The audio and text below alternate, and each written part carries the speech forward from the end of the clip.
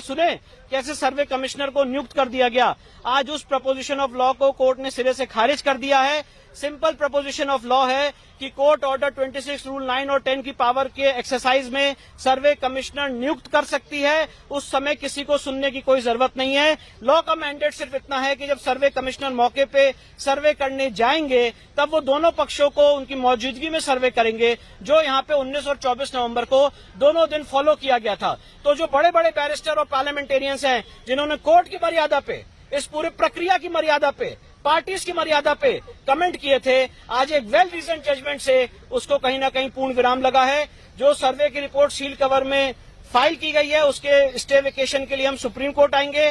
साथ ही साथ honourable high court ने ट्रायल पे स्टे लगा हुआ था उस स्टे को वेकेट कर दिया है। इसका अर्थ यह है कि वहां पे ट्रायल आगे फर्दर बढ़ेगा। प्लेसेस ऑफ वर्शिप एक्ट इसमें लागू नहीं होता है क्योंकि दोनों पार्टीज का ये एडमिटेड केस है कि एक एएसआई प्रोटेक्टेड मॉन्यूमेंट है 1958 का और एएसआई एक्ट 1958 से ये गवर्न होता है।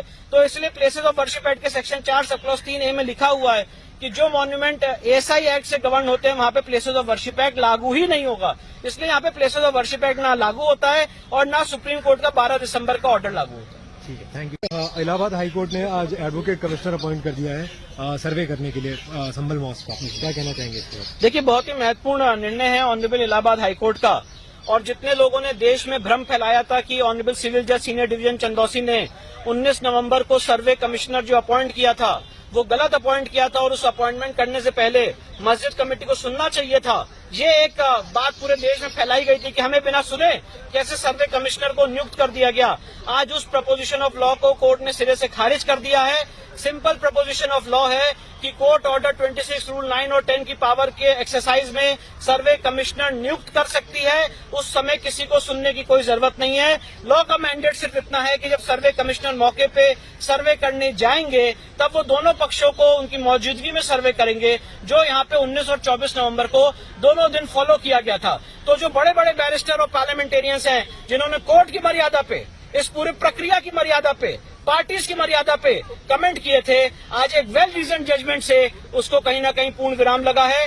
जो सर्वे की रिपोर्ट सील कवर में फाइल की गई है उसके स्टे वेकेशन के लिए हम सुप्रीम कोर्ट आएंगे।